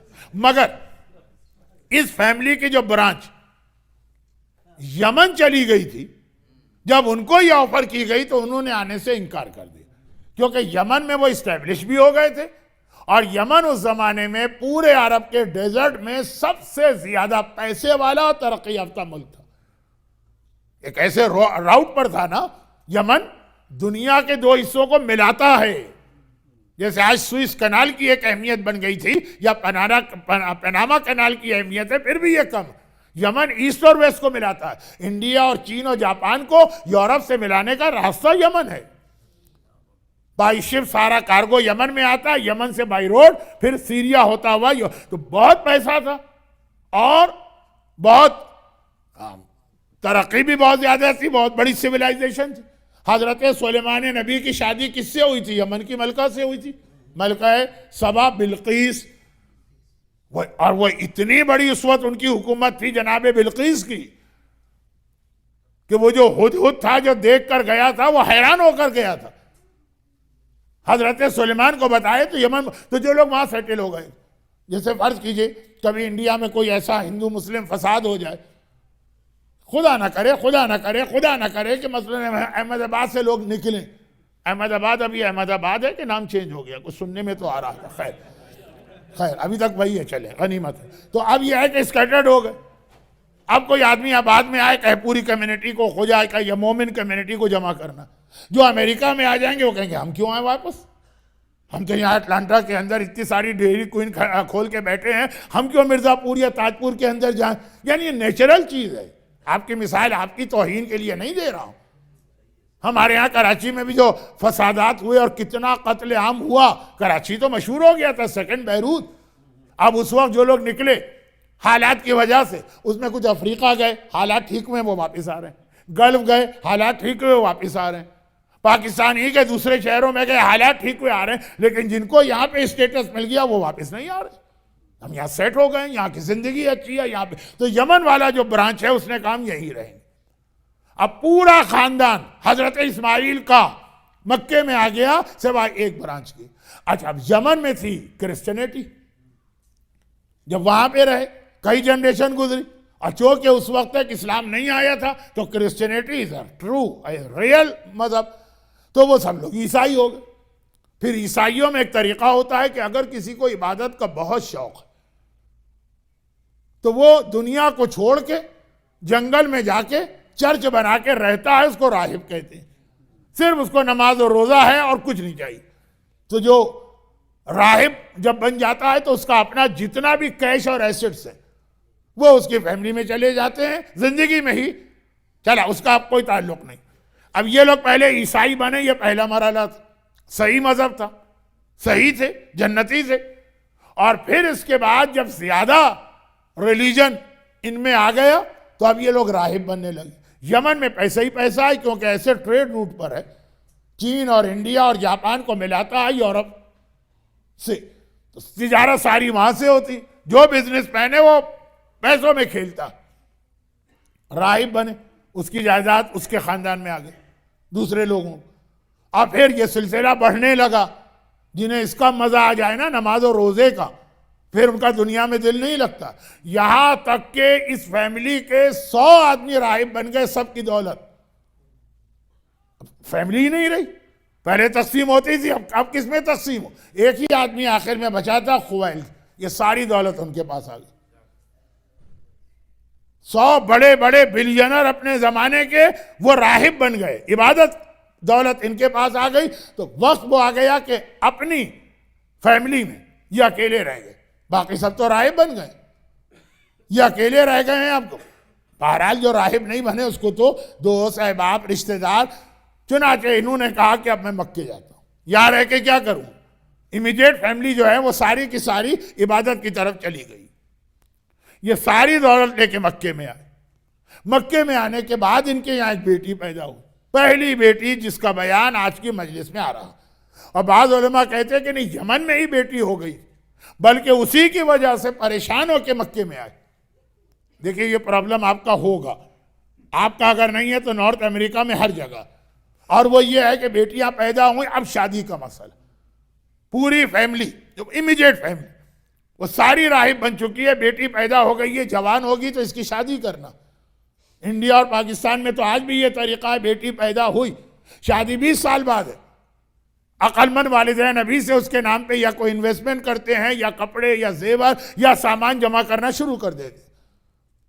باپ نے دیکھا کہ اب بیٹی ہو گئی، اب میں یہاں رہا ہوں تو کوئی رشتہ ملے گا ہی نہیں، تو سارا کے سارا خاندان ہاتھ سے نکل چکا ہے. وہ راہب بن گئے. راہب تو شادی بھی نہیں کرتے ہیں، تو اب آگے ان کی نسلیں بھی ختم. اب یاد آیا کہ مکے میں تو اصل ہمارا ریل خاندان اسماعیل والے وہ سب وہاں. تو بیٹی کی فیوچر اور شادی کے لیے وہ مکے کی طرف منتقل ہوئی. خویلد اپنی یہ ساری دولت اور بیٹی کو لے کے آئے. اسی بیٹی کا نام خدیجہ، خدیجہ بنت خویلد. جب خویلد کا انتقال ہو گیا تو اس ساری جائیداد جناب خدیجہ کے ہاتھ میں آ گئی. اور وہ اس زمانے میں پورے مکے کی سب سے مالدار عورت اس لیے بن گئی کہ گویا 100 یا مور دین 100 ملینر اور بلینر کی جائیداد ان کے ہاتھ میں آئی، اور شرعی طریقے سے. پھر تو ان کے حالات آپ سنتے رہتے ہیں. یہ پہلی بیٹی تھی جو اس خاندان جو تذکرہ آج ہونا ہے اس کے حوالے سے ہمارے سامنے آئی. بٹ اولاد اسماعیل کی جو برانچ یمن گئی، اب وہ بہت کئی سینچریز گزر گئے تو وہ بھی کئی برانچز میں تقسیم ہو گئے. یہ تو خویلد آ گئے، لیکن اسٹل کچھ لوگ ابھی وہاں موجود ہیں. اور ان میں سے ایک آدمی اپنے قبیلے کا سردار بنا جس کا نام تھا امرؤ القیس. یہ امرؤ القیس نام کا عرب میں ایک شاعر بھی ہے، وہ بالکل الگ چیز. یہ اپنے قبیلے کا سردار بنا، اولاد اسماعیل میں ہے، عیسائیت پر ہے. اب یہاں پہ روایتوں میں اختلاف ہے جس کی وجہ سے میں ہسٹری کی ڈیٹیل میں نہیں جانا چاہتا، ایک خالی ورژن پڑھ رہا ہوں. اور وہ یہ ہے کہ اب اس کے یہاں یہ پرابلم ہوا کہ 3 بیٹیاں ہو گئیں. چوتھے امام کی حدیث ہے کہ 4 چیزیں غیرت مند آدمی کو رات کو سونے بھی نہیں دیتی. ان میں سے ایک ہے بنتن. اگر بیٹی ہو بھلو کانا مریمہ، چاہے مریم جیسے اسٹیٹس کی کیوں نہ ہو، پریشانی ہوتی ہے ہر باپ اور ماں کو. جب شہزادی شادی کے قابل ہوئی، رسول اللہ کی پریشانی پتہ ہے نا آپ کو، کس سے شادی کی جائے، میچ کون ہوگا فاطمہ کو. جب میرے مولا کی بیٹی زینب جوان ہوئی، مولا کی پریشانی دیکھی. یہ چیزیں چونکہ میں اس منبر پہ پڑھ چکا ہوں، یہ تو مجھے اچھی طرح یاد. مولا پریشان ہوئی، مولا کائنات کا مشکل کشا، ہر ایک کی پریشانی دور کرنے والا، مگر ظاہری اعتبار سے ہی بتانے کے لیے کہ بیٹیاں جب شادی کے قابل ہوتی ہیں تو صحیح میچ ڈھونڈنا باپ کی ذمہ داری بھی ہے اور باپ کے لیے پرابلم بھی ہے. وہ عام ہمارے اور آپ کے گھر کی بیٹی نہیں ہے، زینب ہے، زینب، فاطمہ ہے، فاطمہ، وہ مسئلہ تھا. لیکن ابھی حضرت اسماعیل کی اولاد کی ایک برانچ اسٹل یمن میں، خویل تو آ گئے کیونکہ ان کا جتنا کٹم یا خاندان تھا وہ سب راہب بن گئے. یہ اپنے قبیلے میں ہے, اس کا قبیلہ راہب نہیں بنا. 3 بیٹیاں اس کو مل گئی, مہیا, سلمہ, سلامہ. ایام ازا کے پہلے عشرے میں جناب قاسم کے حالات میں نے ایک ہلکا سا اشارہ کیا تھا. چلے خیر, بیٹی پھر ایک دم سے اچانک بیوی کا انتقال ہو گیا. بیٹیوں کی شادی میں زیادہ تر عورتوں کا رول ہوتا ہے, وہی جا کے بیٹوں کی شادی میں بھی ہوتا ہے, وہی جا کے بہو کا انتخاب کرتی اور اپنے حساب سے بیسٹ بہو لاتی. چندے آفتاب چندے مہتاب میں بہت ذرا سی ثقیل یوپی کی اردو بول رہا, اور یہ کہ ماتھا چاند اور تھوڑی تارا اور پتہ نہیں کیا کیا فضائل ہوتے ہیں. شادی کے 1 ہفتے کے بعد وہی چڑیل اور بھتنی بن جاتی ہے, لیکن وہ ایک الگ اسٹوری. اب ماں کا انتقال ہو گیا تو 2 مسئلے ہو گئے. بیٹیوں کی شادی تو کرنا ہے, جو کام عورتوں کے کرنے کا جو وہ ایزیلی کر سکتی, عورتیں زیادہ مناسب ہوتی ہیں اس کے لیے. آج بھی آپ دیکھیے میرے پاس تو باقاعدہ پوری کیلکولیشن, انٹرنیٹ کی جتنی بھی ویب سائٹ میچ میکنگ کے نام سے ہیں 90% میں بعد میں طلاق ہوئی, اور بہت جلدی. تو اب وہ والدین کا تجربہ, خاص طور پہ عورت, تو وہ بیوی بھی مر گئی, اور ایک نہیں 3 بیٹیاں. 3 میں ایک چھوٹی ہے لیکن 2 تو جوان ہیں, اور قبیلے کا سردار ہے, تو اسے یہاں پہ اپنی بیٹیوں کے لیے کوئی میچ نہیں مل رہا. اس وقت دنیا کی سب سے بڑی مملکت تھی اسلامی حکومت, چنانچہ یہ مدینے آ گیا. ایک چیز یہ اپنے پاس لے کر آیا کہ مجھے کسی بہت ہی شریف آدمی سے اپنی بیٹیوں کی شادی کرنا. شرافت. اب یہ کیوں یہ دل میں خیال پیدا ہوا؟ وہ حضرت اسماعیل کی ایک وصیت تھی اولاد کے نام, وہ پڑھنے کا وقت نہیں, ورنہ جناب سکینہ کے حالات رہ جائیں. شریف مدینے آیا, یہ اپنی قوم کا سردار ہے, عیسائی قوم کا, یمن. مدینے آیا تو پہلے یہ سوچا کہ شریف تو اپنے اسٹیٹس کا, یہاں کے سردار کو جا کے دیکھو. اچھا ہم لوگ شریف کسے کہتے ہیں؟ ہم لوگ شریف کہتے ہیں جس کے پاس پیسہ. غریب آدمی آ جائے دروازے سے دھتکار کے نکال دیا جاتا ہے. پیسے کا نام ہے شرافت. پیسہ جو ہے, مولانا محترم بیٹھے ہوئے ہیں تو یہ فارسی کا شعر آپ کو سنائیں گے جس میں شاعر کہتا ہے کہ اے دولت اے زر, تو خدا نہیں ہے لیکن ستار العیوب ہے اور قاضی الحاجات ہے. جس کے پاس پیسے آ جائے اس کے سارے عیب چھپ جاتے ہیں. جو اللہ کی خاصیت ہے وہ عیب کا چھپانے والا. پیسے آ جائیں تو پھر دیکھیے, اور کبھی 2 پیسے والوں میں مقابلہ ہو تو یہ ہے کہ تھوڑے سے پیسوں سے وہ رہ جاتا ہے. کہ ایک صاحب گئے تھے آکشن کے اندر, ایک بہت ہی پرانی تصویر تھی لیکن تصویر سے لگ رہا تھا کوئی کنگ ہے, کوئی بادشاہ ہے اپنے زمانے کا. کتنے کی ہے؟ کہا کہ بھئی یہ تو $10,000 کی ہے. کہا کہ یہ تو خیر زیادہ ہیں, میں 9,000 تک دے سکتا ہوں. اس نے کہا کہ نہیں 9,000 نہیں, چلے جاؤ. چلے گئے. پھر ایک اور آدمی آئے, کتنے کی ہے؟ 10,000 کا. یہ مجھے دے دو. لے لی, اپنے گھر میں لگائی. اگلے ہفتے دعوت ہوئی ان کے گھر میں. ہر ایک سے کہتے پھر رہے ہیں کہ میرے دادا کے دادا کو آپ کو پتا ہے وہ کتنے بڑے بادشاہ تھے. یہ تصویر ان کی ہے. وہ جو ہے یہ, تو وہ جو پہلے صاحب تھے انہوں نے کہا $1,000 کا فرق رہ گیا, ورنہ آج یہ میرے دادا ہوتے. تو خیر, اچھا تو مسئلہ یہ ہے کہ پیسہ, موچی کے بیٹے کو جو ہے نا وہ سلیمان نبی کا بیٹا بنا سکتا ہے. پیسہ اسی کو کہتے ہیں. آدمی بھی جھک جھک کے سلام کرتے ہیں. اور پیسہ, اور دوسری چیز کسی کے پاس پاور آ جائے. پاور ہنگر جو آج کل ہے نا, کرسی کے لیے ہر آدمی کیوں دوڑا جا رہا ہے. یہ والی کرسیاں نہیں, لیکن جو وہ کرسی آپ سمجھ رہے ہیں کہ جو ہر ایک کو کرسی چاہیے کہ بھائی پھر خود بخود عزت, احترام, فضیلت سب مل جاتی. اب یہ 2 الگ الگ چیزیں ہیں. مدینے پہنچے, اب آپ کی توجہ کے اوپر ہے, میں تو اس اسٹائل کی مجلس پڑھتا ہی نہیں ہوں, لیکن یہ جملے آ گئے. مدینے پہنچے تو کہا شریف آدمی سے رشتہ کرنا. اتفاق سے اس وقت مدینے کے اندر خلیفہ وقت یا حاکم وہ تھے جن کے پاس دونوں باتیں جمع تھی. پیسے تو اتنے تھے کہ غنی کہلاتے تھے, اور حکمران بھی تھے. طاقت بھی ہے جو آدمی کو اتنا بڑا بنا دیتی ہے، پیسہ بھی ہے، وہاں دونوں چیزیں. تو کہا کہ چلو یہیں جا کے دیکھ لو. پہلا تو یہی ہے، شریف ہوگا. وہاں گئے، 2 دن 3 دن بیٹھے، کہا پیسہ ہے، طاقت ہے، شرافت کہیں نظر نہیں آ رہی. بہت سارے واقعات ہیں اس میں، لیکن اس کو شارٹ کرنا ہے، آپ کو اپنے گھر بھی واپس جانا ہے. بہت ہی بددل ہو کے اٹھے. جس خاندان کی بنیاد ہی فعل حرام اور عمل زنا اور گناہ کبیرہ پہ وہاں شرافت آئی تو کیسے آئے؟ تو کہا کہ نہیں بھائی، یا تو شرافت نہیں ہے، اب شریف آدمی ڈھونڈنا. مدینے کے اندر آ گئے، مختلف سٹنگز میں جاتے ہیں، دعوتوں میں جاتے ہیں، جو لوگ کہیں بیٹھ کے گپ شپ کرتے ہیں.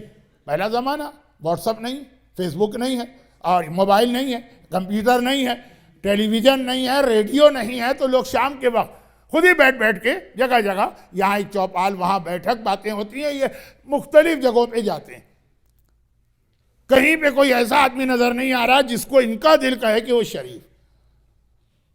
مگر ایک چیز دیکھی کہ روزانہ شام کے وقت شہر مدینہ سے باہر کوئی مزدور تھکا ہارا آ رہا ہوتا ہے، اور اس کے بالوں کی حالت، اس کے چہرے کی حالت، اس کے پاؤں کی حالت بتا رہی کہ دن بھر یہ مزدوری کر کے آ رہا ہے.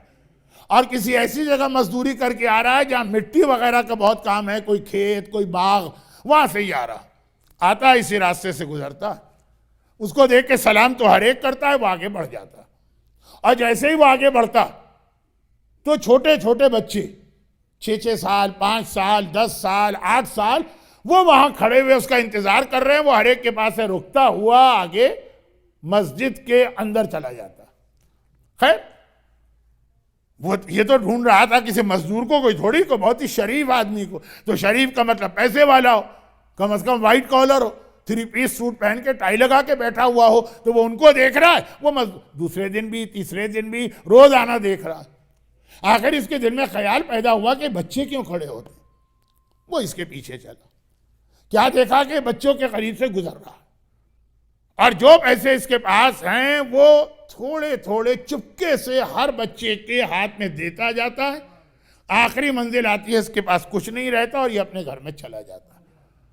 ایک بار اس نے آج دیکھا، نیکسٹ ڈے دوبارہ دیکھا، اور اس کو اندازہ ہو گیا کہ سارا دن یہ کھیتوں میں کام کر کے جتنا کماتا وہ اپنے گھر جانے سے پہلے پہلے مدینے کے یتیم بچوں میں تقسیم کر دیتا. بھئی یتیم بچوں کی اپنی ایک خاصیت ہوتی، ان کا لباس، ان کا چہرہ.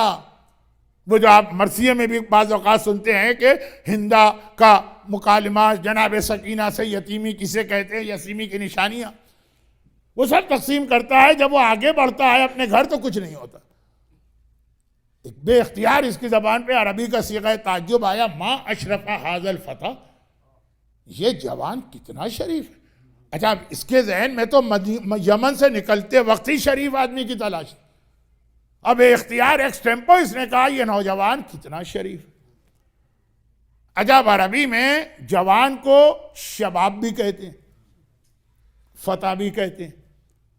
اس نے لفظ فتح استعمال کیا. یہ لفظ فتح قرآن کریم میں حضرت ابراہیم کی جوانی کے لیے آیا تھا. اور کب آیا تھا؟ جب ابراہیم نے سارے بت توڑ دیے اور قوم نے پلٹ کے اپنے بت خانے میں دیکھا بت ٹوٹے ہیں. کہا کس نے توڑے؟ تو لوگوں نے کہا ایک جوان ہے، شباب نہیں، کہا ایک فتح ہے جو بتوں کو توڑ کے گیا. پتا چلا قرآن میں فتح اس جوان کو کہتے ہیں جو بت شکنی کیا کرتا ہے. تو اگر ابراہیم نے اپنی قوم کے بت توڑے تو علی نے خانہ کعبہ میں 360 بتوں کا خاتمہ کیا. یہی اس کے بعد والے جملے پہ میں نعرہ چاہتا تھا، اس وقت بھی لگا دیجئے گا. تو شباب نہیں کہا، شباب ہر نوجوان کا نام، فتح اس نوجوان کا نام ہے جو جوانی میں بت شکنی کرتا ہے. یا وہ ابراہیم قرآن میں آئے یا علی اس مکے کے اندر آئے، یہی وجہ ہے کہ اس نے بھی علی کو دیکھ کر کہا ما اشرف ھذا الفتى، فتح یہ جوان. اور اس کو تو چھوڑو، جبرائیل بھی اگر علی کا قصیدہ پڑھنے آئے تو جوان نہیں کہا، لا فتح الا علی، لا سیف الا ذوالفقار.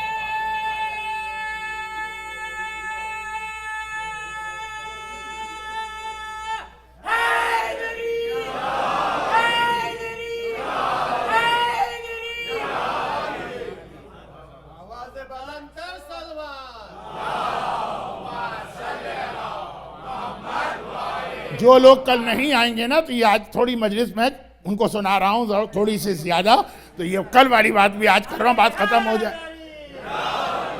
تو کتنا شریف ہے نوجوان. اب معلومات شروع کی، پتہ چلا یہ سارا دن یہودی کے باغ میں کام کرتا ہے اس تیز ترین دھوپ میں، اور جو آتا ہے یہ مدینے کے یتیم بچوں جس کی طرف توجہ دینے کی مدینے کے کسی ملینر اور بلینر کے پاس فرصت ہی نہیں تھی.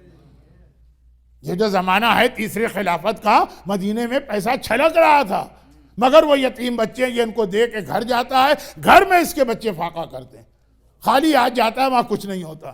3 دن یہ منظر دیکھا، چوتھے دن آیا، اور آنے کے بعد کہا کہ میں آیا تو کسی اور مقصد سے تھا، لیکن اب اس سے پہلے ایک اور مقصد میرے ذہن میں آ گیا. آیا تھا میری 3 بیٹیاں، 2 جوان ہیں، ایک بہت چھوٹی، ماں مر چکی، میں نے سوچا کہ ان کی شادی کر دوں. لیکن جب میں نے آپ کو دیکھا کہ یہ ہے اسلام، تو اب میری خواہش ہے کہ پہلے تو میں اسلام قبول کر لوں، شادیاں وادیاں بعد میں ہوتی رہیں گی. دیکھیں یہ کردار ہوتا ہے جو لوگوں کو مسلمان بناتا ہے. اور علی یہی خواہش اپنے شیعوں سے بھی کر رہے ہیں، لیکن یہ بات کل یا پرسوں آئے گی. تو کہا کہ پہلے اسلام، علی کے ہاتھ پہ اسلام قبول کیا. کہا میری 3 بیٹیاں. مولا نے کہا تو نے اتنی بڑی نیکی کی، اسلام دنیا کی سب سے بڑی نیکی ہے، نماز سے بڑی نیکی، حجاب سے بڑی نیکی، غریبوں کی مدد سے بڑی نیکی. چنانچہ اب میں یہ چاہتا ہوں کہ جو تیری بیٹیوں کا مسئلہ ہے وہ اپنے خاندان سے تیرے خاندان کو ملا کے حل کرو. پوچھا کیا مطلب؟ کہا تیری بڑی بیٹی کتنے سال کی ہے؟ اس نے ایج بتائی، ماہیہ. کہا کہ میں اس سے شادی کرتا ہوں. دوسری بیٹی سلمہ، وہ ایج کافی کم تھی. کہا یہ میرے بیٹے حسن مشتبہ سے میچ کرتی. تیسری بیٹی وہ تو ابھی 4 یا 5 سال کی ہے. کہا یہ شادی کے قابل نہیں. تو اس نے کہا کہ میں اپنی بیٹیوں کی شادی کر کے چھوٹی بیٹی کو کہاں لے جاؤں؟ کہیں نہ لے جاؤں، وہ اپنی بہنوں کے ساتھ رہے گی، وہ ہمارے گھر میں رہے گی، وہ ہمارے خاندان کا جز ہے. اب تیری ذمہ داری ختم ہے، اب یہ ذمہ داری علی کے کندھوں پہ آ گئی ہے. اور پھر پہلی بیٹی کی شادی علی سے ہوئی. دوسری بیٹی کی شادی امام حسن سے اس طرح ہوئی کہ جناب قاسم انہی سے پیدا ہوا. اچھا ایک بات اور یاد رکھیں، ٹائم نہیں ہے اس لیے میں تفصیل میں آج نہیں جا رہا ہوں، کل پرسوں جاؤں گا جب ٹائم بھی ہوگا اور مجمع بھی نہیں ہوگا. اور وہ یہ ہے کہ عرب میں ایک عام طریقہ جو ہمارے آج بھی ہے، اور وہ یہ ہے کہ بچیوں کے اور عورتوں کے کئی نام رکھے جاتے ہیں. اہل بیت کے خاندان میں آپ کو بہت ملے گا. امام کی والدہ کا نام کیا ہے؟ تقریباً ہر امام میں ایک کتاب میں کچھ لکھا ہے، ایک میں کچھ لکھا ہے، ایک میں کچھ لکھا ہے. لوگ کنفیوز ہوتے ہیں. لیکن اگر عرب کا ان کے ذہن میں کلچر ہو تو وہاں ایک بچی، ہمارے یہاں بچی کا ایک نام پیدا ہوتے ہیں والدین اپنی پسند سے رکھتے ہیں، ایک نام پھر وہ جو عدد کے اعتبار سے نکالا جاتا، اور ایک نام پکارنے کا رکھا جاتا. 3-4 نام ہوتے ہیں. یہ عرب میں بہت پہلے سے. چنانچہ ان سلمہ کا نام رملہ بھی ہے کچھ کتابوں میں، نجمہ بھی ہے کچھ کتابوں میں، سب ایک ہی کے نام. اور فروہ بھی ہے کہلائیں، اور یہ قاسم کی ماں. لیکن وہ جو چھوٹی بچی 4 سال کی تھی اب وہ 16-17 سال کی ہو رہی، مگر مولا کی شہادت ہو چکی. 9 سال بعد آقا حسن کی شہادت ہو چکی، لیکن بڑی بہنیں زندہ ہیں نا. چنانچہ اس کے بعد سلامہ جن کا اصلی نام ہے ان کا رشتہ آقا حسین سے ہوتا ہے، اور اس گھر میں آ کے وہ ام رباب کہلاتی ہیں. ام رباب حسین کے گھر میں آئیں. بہت ساری باتیں میں نے آج ایسی کر دی جو مجھے نہیں کرنا چاہیے تھی، تاکہ ام رباب اور سکینہ کا ذکر زیادہ ہوتا. لیکن خیر اب تو جو ہو گیا سو ہو گیا. اور پھر پروردگار نے اس گھر میں آنے کے بعد انہیں 2 تحفے عطا کیے. ایک کا نام سکینہ ہے جو بیٹی پہلے پیدا ہوئی، اور ایک کا نام علی اصغر جو بالکل کربلا جانے سے 2 ویک پہلے ایک بچہ پیدا ہوا. اچھا یہ آپ کے علم میں ہے ہی تو مجلسوں میں بہت پڑھا جاتا. مولا حسین کو اپنے والدین سے اتنی محبت تھی. باقی چیزیں تو آپ سنتے ہیں کہ جتنے اپنے بیٹے پیدا ہوئے سب کے نام علی رکھے، اور جتنی بیٹیاں پیدا ہوئیں سب کا نام فاطمہ رکھا. بلکہ چوتھے امام سے کسی نے پوچھا تھا، مولا ہم تو بہت الجھ جاتے ہیں کہ آپ کے بابا کے 3 بیٹوں کے نام علی ہیں تو واقعات بھی مکس اپ ہو جاتے ہیں، اور بیٹیوں کے نام فاطمہ ہیں واقعات مکس اپ ہو جاتے ہیں. چوتھے امام کا ہی جملہ تھا. جہاں تک مجھے یاد پڑتا ہے شہید ثانی نے شرح لمع میں تسمیت المولود کے چیپٹر میں نقل کی ہے یہ روایت. اور کہا چوتھے امام نے فرمایا تمہیں کیا پتا میرا بابا اپنے باپ سے کتنی محبت کرتا تھا، اگر 100 بیٹے ہوتے تو 100 کے 100 کا نام علی رکھتے، اور اگر 100 بیٹیاں ہوتی تو سب کا نام فاطمہ رکھتے۔ لیکن اب ایک مسئلہ کہ اب اگر 100 تو چھوڑیں، ابھی جتنے ہو گئے سب کے نام علی رکھیں۔ آقا حسین کسی کام کے لیے آواز دے بیٹا علی ادھر آنا، تو تینوں کو دوڑ کے جانا پڑے گا۔ جتنے بیٹے، بیٹی فاطمہ ذرا فلاں کام کرانا، سب کو جانا پڑے گا۔ باپ پکار رہا اور امام باپ پکار رہا، تو جس گھر میں ایک نام کے کئی بچے ہوتے ہیں وہاں پرابلم ہے۔ تو اب فرق کرنے کے لیے ہر ایک کو ایک ساتھ میں ایک ٹائٹل دیا گیا، علی اصغر، علی اکبر، علی اوسط۔ یہ آج ہمارا موضوع نہیں۔ اور ہر بیٹی کو فاطمہ کے ساتھ فاطمہ کبریٰ، فاطمہ صغریٰ، فاطمہ سکینہ۔ سکینہ کے معنی دل کو سکون پہنچانے والی۔ لیکن کہا جاتا ہے کہ ان کے 2 نام اور تھے۔ فاطمہ اصلی نام تھا، سکینہ آقا حسین کی اس حدیث کی وجہ سے کہ جب کبھی ام رباب اپنے میکے جاتی، ماں تو مر چکی تھی، بوڑھا باپ ہے یا بڑی بہن ہے، اور سکینہ کو اپنے ساتھ لے کے جاتی ہیں، تو پھر اس گھر میں میرا دل نہیں لگتا۔ یہ حسین کا گھر، یہ بیت عصمت و طہارت و وحی و قرآن۔ حسین کہہ رہے ہیں یہاں میرا دل نہیں لگتا۔ یا تو یہ کہ رباب جائیں، بچی کو چھوڑ جائیں، کیونکہ یہ بچی حسین کو اتنا سکون پہنچاتی کہ نام ہی سکینہ۔ عربی میں ایک لفظ ہے رقت، اردو میں بھی ہے رقت، طاری ہونا، رونا۔ جب یہ بچی بہت رونے لگی، کب؟ تو اس کا نام رقیہ بھی ہو گیا۔ بہت جلدی میں اس منزل پہ آ رہا ہوں، کچھ باتیں اگر رہ گئی ہیں تو بعد میں بھی بیان ہو سکتی ہیں۔ سکینہ تو ابھی نام رکھا گیا کیونکہ بچی پیدا ہوئی۔ with due respect، فاطمہ کبریٰ کو سکینہ نہیں کہا، بہت فضیلت والی خاتون۔ فاطمہ صغریٰ کو سکینہ نہیں کہا، اس بچی کو سکینہ کہا۔ کچھ اتنا، یہ بچی حسین کے دل کے سکون کا سبب بنی۔ یہ جملہ چھوٹا نہیں ہے۔ میں جناب خدیجہ کے لیے ایک جملہ اکثر کہتا ہوں نا، اسی سے اس کو ملائیے۔ قرآن کریم کہتا ہے کہ جو تمہارے لائف پارٹنر، اللہ نے ان کو پیدا کیا، وَمِنْ آیَاتِهِ إِنْ خَلَقَ لَكُم مِّنْ أَنفُسِكُمْ أَزْوَاجًا لِتَسْكُنُوا إِلَيْهَا، تاکہ وہ تمہیں سکون پہنچائے۔ تو اکثر ایک جملہ کہتا ہوں، رسول اللہ رحمت للعالمین ہیں، وہ ساری کائنات کو سکون پہنچاتے ہیں، اور خدیجہ اس کا نام ہے جو سکون پہنچانے والے رسول کو سکون پہنچاتے ہیں۔ حسین ساری کائنات کے لیے سکون کا باعث۔ حسین کا نام ہی زخمی دل کے لیے مرہم ہے، مگر سکینہ وہ ہے جو حسین جیسے سکون پہنچانے والے کے لیے اتنا سکون لائی کہ ٹائٹل ہی پڑ گیا سکینہ۔ اور پھر تو علی اصغر، لیکن وہ تو آج کے موضوع سے ہٹ کر، جب اہل بیت کی بچیاں قید ہو کے زندان شام پہنچے، آپ خود دیکھ رہے ہیں کہ مجھے ایک دم سے جمپ لگانا پڑی، لیکن غلطی میری تھی۔ شروع میں نے کچھ زیادہ بیان موضوع سے ہٹ کے کر دیا، اب تو جو ہو گیا سو ہو گیا۔ اب وہاں شام کے لوگ جو ہیں، ان کو خاندان اہل بیت کی ہر بیوی کا نام نہیں پتا۔ کیسے پتا ہو؟ یہ لوگ یہاں رہتے تو نہیں، قیدی بن کے آئے، قید خانے میں پہنچا دیے گئے، تو اب ان کو نام نہیں پتا۔ پہچان کے لیے انہوں نے مختلف طریقے اختیار کیے۔ بھئی زینب تو ٹھیک، کیونکہ زینب کی آواز سنی، زینب کا خطبہ سنا، زینب کا لہجہ سنا، علی یاد آ گیا کہ یہ تو علی کی بیٹی ہے۔ اب یہ جو چھوٹی بچی ہے، نام فاطمہ ہے، پیار سے سکینہ کہتا ہے بابا، لیکن شام والوں کو تو نہیں پتا، خاص طور پر اس لیے کہ اس چھوٹے سے قیدیوں کے قافلے میں فاطمہ نام کی تو کئی بچی ہیں۔ ان کو صرف ایک چیز پتا ہے، یہ بچی روتی بہت،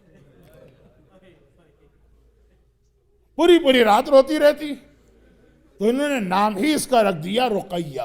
جب تذکرہ کرتے ہیں نا وہ رونے والی، اردو میں ہم اسی طرح کہیں گے اگر نام کسی کا نہیں پتا ہو۔ چنانچہ بعض علماء یہی جواب دیتے ہیں کہ زندان شام کی جو قبر ہے اس پر رقیہ کا نام کیوں لکھا، یا وہاں کے لوگ، عرب لوگ رقیہ کیوں کہتے ہیں؟ وہاں کے لوگوں نے تو رقیہ ہی کہا، اتنا زیادہ اس کا رونا سنا۔ یہ بچی، ایک چھوٹا سا واقعہ تو ضرور پڑھوں گا، بہت چھوٹا۔ اہل سنت کے ایک بڑے مشہور مصری عالم ہیں محمد عبدہ، 100 سال پہلے کے ہیں، محمد عبدو اہل سنت کے ایک عالم ہیں، مصر کے رہنے والے. انہوں نے کتاب لکھی ہے فضائل و بنات الحسین، حسین کی بیٹیوں کے فضائل. اس میں جناب سکینہ کے حالات میں ایک مختصر واقعہ لکھا، زندان شام کا واقعہ، یعنی میں مصائب پہ آ چکا ہوں. اور وہ یہ واقعہ لکھا، مولا کے پاس وہ جو جناب سکینہ کے نانا آئے تھے امرؤ القیس، وہ جو واقعہ میں نے تفصیل سے پڑھا اس کو اس سے ملانا تھا. کاش میں تھوڑا سا نہ بہکا ہوتا تو بہت ہی زیادہ آپ حضرات کو ان واقعات کے اندر بھی ایک لطف اور ایک تازگی لگتی، لیکن اب تو جلدی ایک واقعہ لکھا. زندان شام میں اہل بیت اطہار کو جو غذا ملتی ہے وہ کتنی کم ہوتی ہے. فاتح خیبر حیدر کرار کی بیٹی زینب جو شام غریبہ بھی ساری رات اس بڑھاپے میں بھرے گھر کا پہرا دیتی رہی اور گھومتی رہی، زندان شام میں اتنی کمزور تھی کہ نماز شب بیٹھ کے پڑھتی. اور جواب یہ ہے کہ آنے والی غذا اتنا کم ہوتی ہے کہ میں اپنا حصہ بھی بچوں کو دے دیتی. لیکن زینب کا حصہ بچوں کو جاتا ہے تو کم از کم بچوں کی تو بھوک و پیاس مٹ جائے، بچے بھی اتنے بھوکے ہو پیاسے. فضائل و بنات الحسین کا ایک چھوٹا سا واقعہ، بہت چھوٹا سا. روزانہ شام کے وقت جہاں کہیں کوئی چیز تقسیم ہوتی ہے اور لوگوں کو پتہ چل جائے کہ 2 بجے مثلاً یا 4 بجے مثلاً یہ نیاز یہ تبرک تقسیم ہوگا تو آہستہ آہستہ خبر پھیلتی ہے تو اسی ٹائم پہ لوگ آتے ہیں. زینب اپنا حصہ سکینہ کو دیتی ہیں. سکینہ کیا کرتی؟ کتاب کا میں نے حوالہ دے دیا، تفصیل کا واقعہ نہیں پڑھ رہا، مختصر. جتنا بھی سکینہ کو ملتا صرف اتنی غذا کے سوسائڈ یا خودکشی نہ ہو وہ تو استعمال کرتی، باقی جتنی غذا ہوتی ہے وہ جمع کرتی. اور روزانہ شام کے وقت ملک شام میں شہر دمشق میں زندان کے دروازے پہ پہنچتی ہیں، اور جو شام میں یتیم بچے ہیں اپنے حصے کی خوراک وہ اس جالیوں والے دروازے سے ہاتھ بڑھا کر ان بچوں کو دیتی جاتی ہیں. ایک دن نہیں، جتنے دن سکینہ زندہ رہی اور اس قید میں رہی. جو دادا علی کا طریقہ تھا کہ سارا دن محنت و مزدوری کر کے جو کمایا وہ سارا ان یتیموں کو دیا، وہ پوتی سکینہ میں آپ کو قید خانے میں نظر آئی.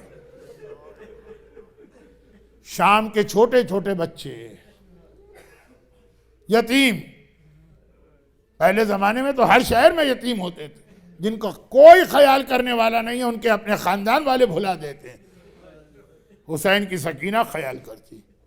اور اس کا تعلق اس واقعے سے بھی کہ بازار کوفہ میں جب ایک مومنہ ام حبیبہ نے پانی پلاتے ہوئے سکینہ سے کہا تھا کہ بیٹی تو بہت پیاسی ہے، پانی پی لے، اس کے بعد میرے حق میں 2 دعائیں کرنا کیونکہ خدا تم جیسے یتیموں اور قیدیوں کی دعا بہت جلد قبول کرتا.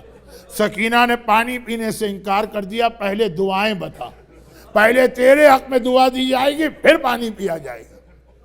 یہ مشکل کشا علی کی وہ ساری خاصیتیں ہیں جو اس کی مشکل کشا پوتی سکینہ میں آئی. میں نے اس لیے کہا کہ آج بھی سکینہ کا واسطہ اور وسیلہ دے کے بارگاہ الہی میں دعا کریں، آپ کی دعا کتنے جلد قبول ہوتی ہے. یہ قید خانے میں سکینہ کا اس حالت قید میں اور بھوک اور پیاس میں، یہ وہ طریقہ جو دادا علی نے شہر مدینہ کے بازاروں میں دکھایا اور دادی فاطمہ نے 3 دن کی روٹیاں یتیم و اسیر و مسکین کو دے کے بتائیں. دادا اور دادی کی خاصیتیں جس بچی میں جمع ہوئی اس کی کیا فضیلت ہوگی. اور یتیموں کی مدد کے بعد سکینہ کا ایک ہی کام ہے، رونا اور رونا اور رونا. مگر یہ رونا اسلام کے بہت کام آیا، حسین کے مشن کے بہت کام آیا. یہ بات میں کل بتاؤں گا اس لیے کہ اب وقت نہیں بھی رہا، اور یہ ہے کہ اگر اتنا ٹکڑا آج رہ بھی جائے تو جو صرف آج آئے ہیں ان کو کوئی کمی کا احساس نہیں ہوگا. لیکن یہ رونا کتنا کام آیا حسین کے مشن کے لیے. خالی رونا، کچھ نہیں کرو، خالی رو، یہ انشاءاللہ کل آئے گا. لیکن کبھی کبھار روتے روتے بچی ایک سوال کرتی. کس سے سوال کرتی ہے؟ اپنے بڑے بھائی سے. بڑا بھائی کون ہے؟ کوئی عام انسان نہیں ہے، باب مدینۃ العلم کا، باب مدینۃ العلم وارث ہے. خطیب منبر سلونی کا خطیب منبر سلونی بیٹا ہے. دادا نے اگر کہا سلونی، سجاد کا بھی وہی طریقہ ہے. 2 سوال کائنات کا پوچھو، یہ امام وقت ہے. کائنات کے بڑے سے بڑے سوال کا جواب دے سکتا. چھوٹی بہن کے ایک چھوٹے سے سوال کا جواب سجاد کے پاس نہیں. وہ کون سی منزل ہے کہ جہاں امامت جواب نہیں دے پا رہی ہے؟ وہ جو ابھی میری مجلس سے پہلے آخری مرثیہ پڑھا جا رہا تھا، اس میں ایک اشارہ تھا، اس میں پوری بات نہیں تھی.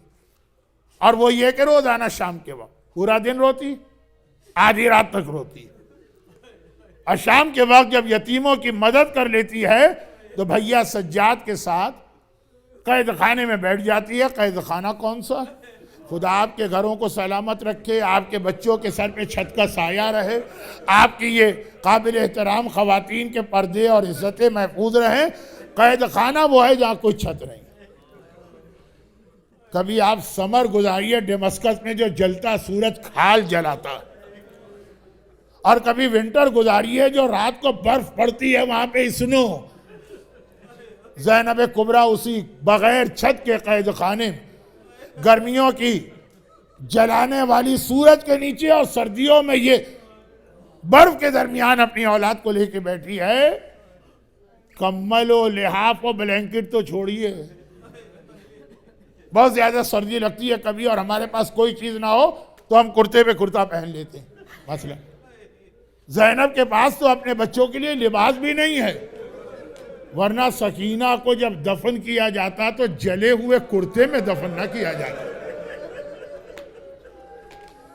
اب یہ سارے مسائل برداشت کر کے وہ بچی ایک دن اپنے بھیا سجاد سے صرف ایک سوال کرتی ہے. شام کا وقت ہے، رات ہونے والی ہے، پرندے جو ہیں وہ دن بھر دانا دھن کے تلاش کے بعد اپنے گھونسلوں کی جانب جا رہے ہیں. پوچھا بھیا سجاد یہ سارے پرندے کہاں جا رہے ہیں، اتنے سارے ایک ساتھ؟ کہا بہن سکینہ یہ اپنے اپنے گھروں کی جانب جا رہے ہیں. باب مدینۃ العلم کے وارث امام وقت سے ایک سوال چھوٹی بچی کرتی تو بھیا وہ وقت کب آئے گا کہ ہم بھی اپنے گھر کی جانب جائیں گے؟ مولا کائنات کے ہر سوال کا جواب دے سکتے ہیں، ننھی بہن کے سوال کا جواب نہیں دے سکتے. کیسے کہیں کہ سکینہ ہم میں سے ہر ایک اپنے گھر جائے گا، تیرے مقدر میں گھر جانا نہیں ہے، تجھے تو اسی قید خانے میں دفن ہونا. اور اب سکینہ کا طریقہ پورا دن روئے گی اور آدھی رات تک روئے گی. آدھی رات کے بعد رونا بند ہوتا، اس کی بھی ایک مسئلہ ہے، وہ یہ باتیں کل آ جائیں گی.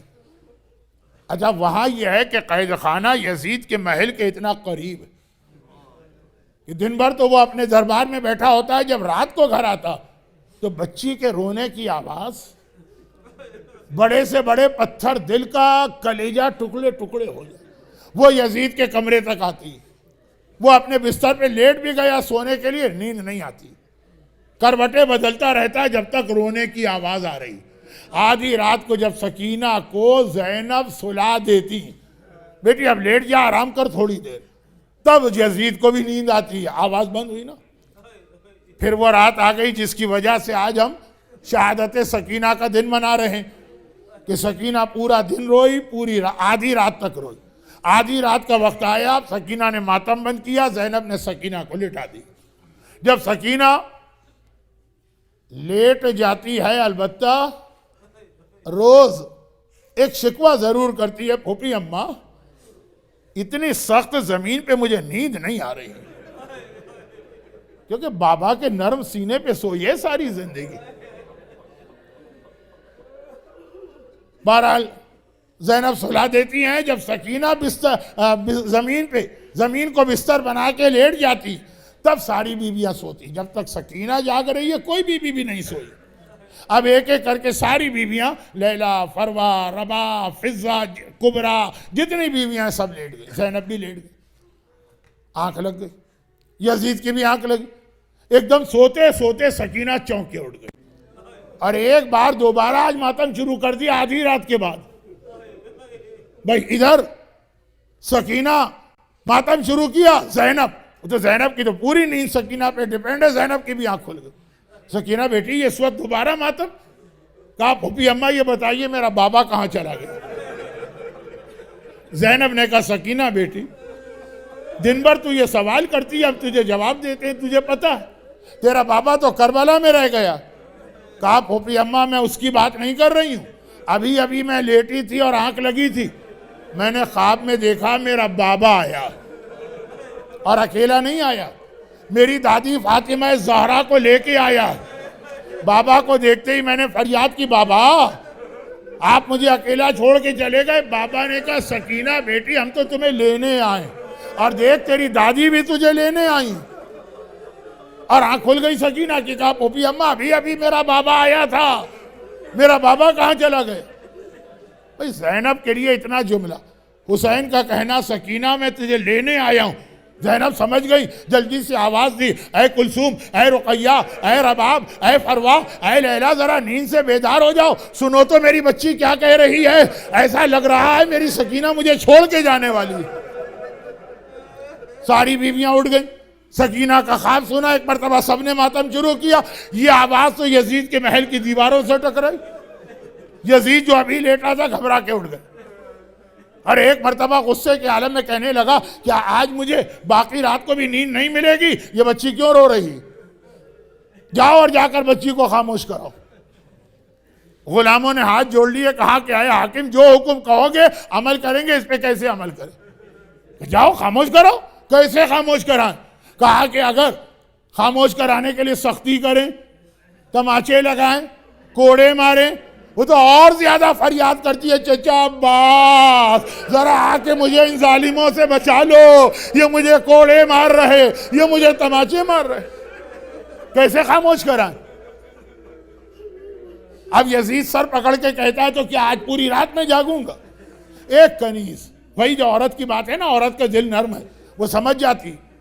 ایک کنیز آگے بڑھی، کہا کہ اے یزید ایک طریقہ میرے ذہن میں، بچی بار بار کہہ رہی ہے میرا بابا میرا بابا میرا بابا، اس کے باپ کا کٹا سر تیرے خزانے میں ہے نا، یہ سر بھجوا دے، شاید اس کو دیکھ کے بچی خاموش ہو جائے۔ چنانچہ یزید نے حکم دیا، اور وہاں پہ زندان شام میں خدا آپ کو بار بار قید خانے میں لے جائے، ایک مرتبہ بچی ماتم کر رہی ہے، روتے روتے سکینہ کھڑی ہو گئی اور دروازے کی جانب جانے لگی۔